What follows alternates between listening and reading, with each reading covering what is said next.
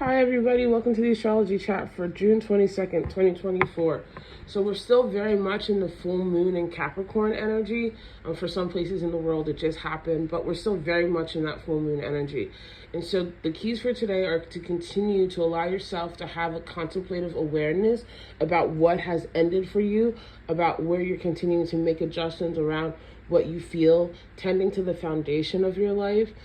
There are some aspects that support external interactions, but today really it's about contemplation and processing, taking your time to journal, taking your time to meditate, taking your time to listen to the divine, paying attention to the unseen factors that are coming into play with your life. And the moon in Capricorn today has a few tense options, right?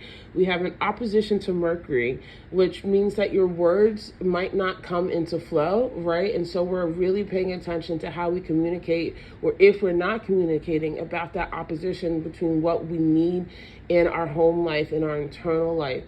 Today is really going to highlight where you've been placing more value on the external and not enough on the internal.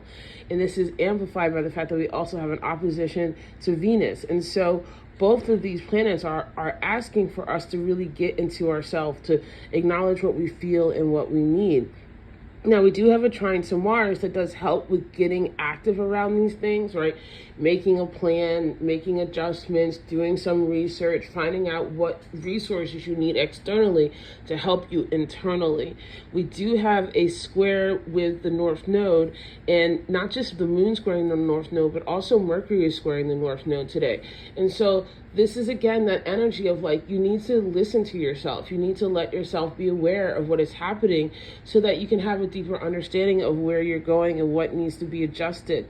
And we also have Mercury in a semi-square with Uranus. And here again, it's that emotional wild card. And the moon is also in a sexy quadrant with Uranus. So there's this like nervous charge. There's the universe kind of like, listen to me, listen to me, listen to me, listen to yourself. Let's have a conversation. If you're trying to go away from that by overindulging or running away from your feelings or engaging in disassociation or any type of outside of yourself, right? That's gonna cause more issues. So allow yourself to be uncomfortable with getting comfortable with where you're at right now and getting to know your feelings. Listen, I always say this to you guys: if you're not using your shadow is using you.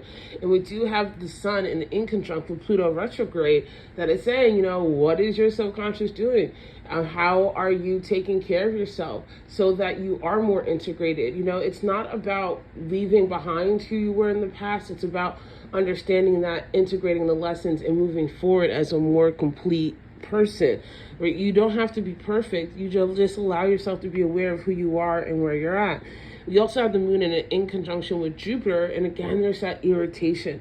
So there's like this great ambition, this desire to like just be done and be great, but you can't leave your feelings behind you. You can't leave your emotions behind you. They aren't a liability. If you allow yourself to understand your feelings and to process your feelings, they can actually be your greatest strengths.